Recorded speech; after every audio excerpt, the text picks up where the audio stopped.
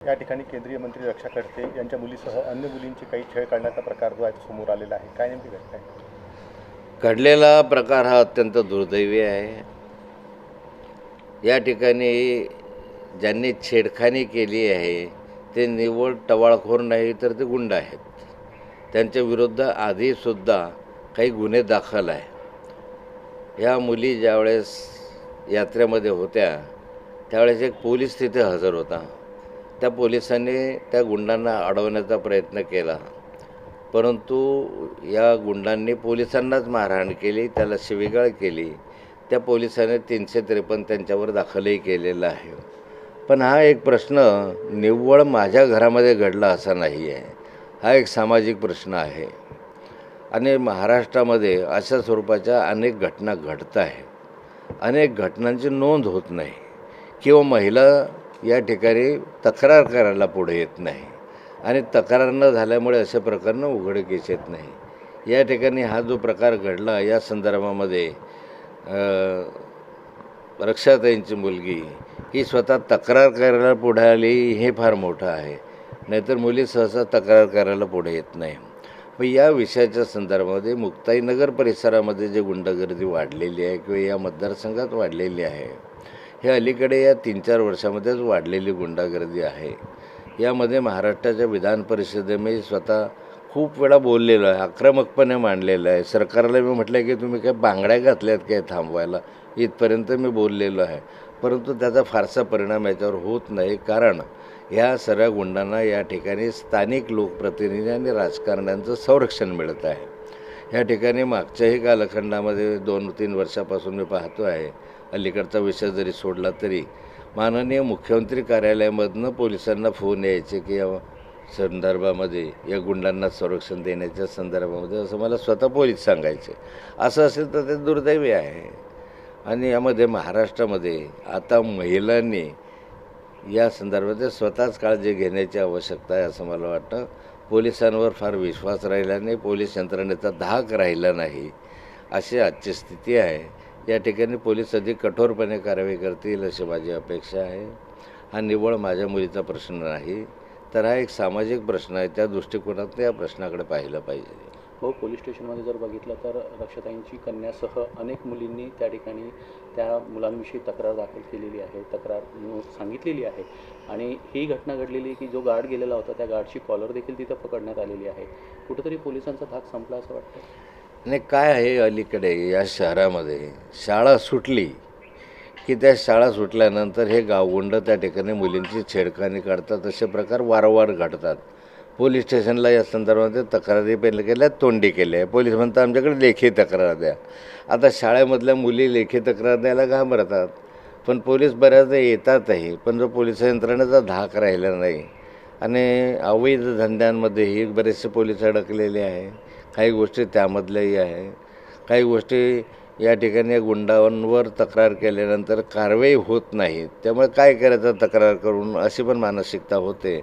वाटतं की या संपूर्ण प्रश्नाच्या संदर्भामध्ये राज्य सरकारने एक कठोर भूमिका घेतली पाहिजे, किमान महिलांच्या संदर्भामध्ये घेतली पाहिजे.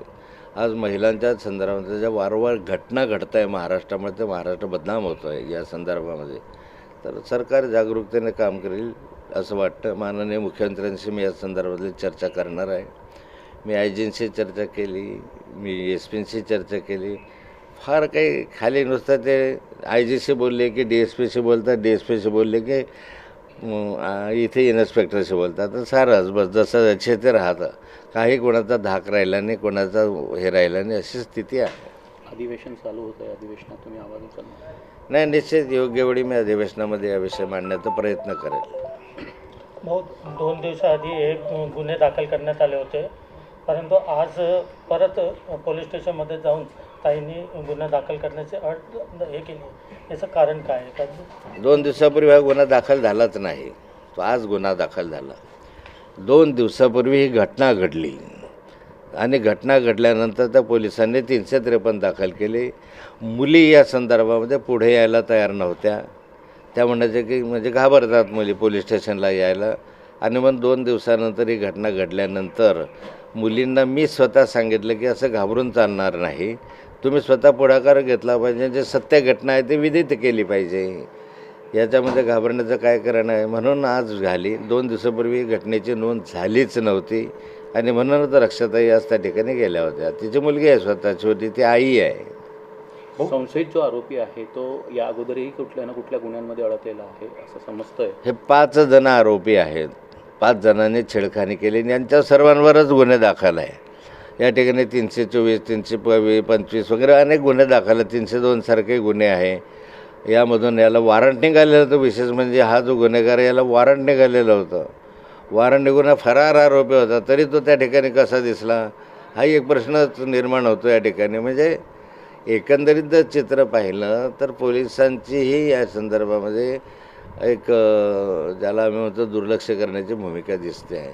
खरं तर केंद्रीय मंत्र्यांचीच मुलगी सुरक्षित नाही, त्यामुळे राज्यातील महिला सुरक्षेचा प्रश्न जो आहे हा ऐरणीवर आल्याचं पाहायला मिळते. विरोधकांकडून देखील आता यावर टीका केली जाते. निश्चित या ठिकाणी हा प्रश्न सर्वसामान्य माणसाच्या मनामध्ये निर्माण होतो की जर केंद्रीय मंत्र्यांच्या मुलींच्या संदर्भात एवढं धाडस कोणी करत असेल तर सर्वसामान्य मुलींचं काय? एकंदरीत यामध्ये चर्चा करण्याची आवश्यकता आहे.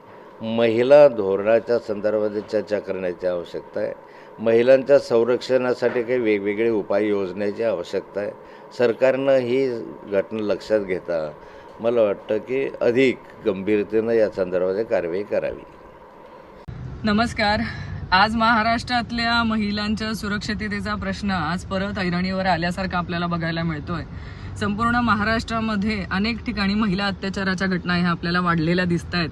पण आज कोथळी ह्या गावी स्वतः केंद्रीय मंत्री असलेल्या रक्षाताई खडसे यांच्याही मुलीची म्हणजे माझ्याच भाचीची छेडखाणीचा प्रकार हा आपण 2 दिवस आधी आदिशक्ती संत मुक्ताईच्या यात्रेमध्ये झालेला होता. त्यांच्यासोबत जे पोलीस कॉन्स्टेबल होते त्यांनी 2 दिवस आधी पोलीस स्टेशनला जाऊन तक्रार देखील नोंदवली आणि 2 दिवस आधी नोंदवलेल्या ह्या तक्रारीची दखल घेऊन ज्या उन्हाळा टवाळ मुलांबाबतीमधली ही तक्रार होती त्यांच्यावर साधी कारवाई सुद्धा करण्यात आली नाही, त्यांना अटक सुद्धा करण्यात आली नाही.